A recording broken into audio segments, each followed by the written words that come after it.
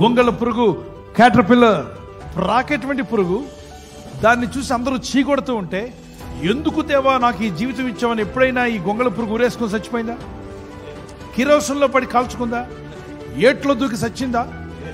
కానీ ఈ గొంగళ పురుగు ఎవరు చీ అన్నా నా దేవుడు పెట్టిన ఆ మునగ చెట్టు ఆకులు తిని చక్కని గూడు కట్టుకుంటుంది. ఆ గూట్లోకి వెళ్ళాక, దేవుడా నన్ను మార్చు, మార్చేదాకా నేను బయటికి వెళ్ళను, నన్ను మార్చు. మరి దేవుడు దాని ప్రార్థన వింటాడా?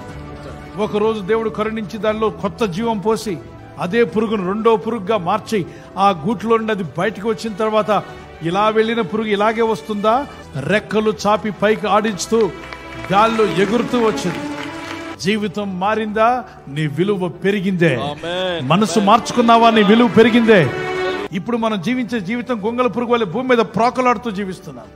ఒక రోజు రాబోతుంది, మనం రెక్కలు చాపి ఆత్మీయంగా ఎగురుకుంటూ పోయే రోజు రాబోతుంది. ఆ రోజు వరకు ఎదుగుతుంది.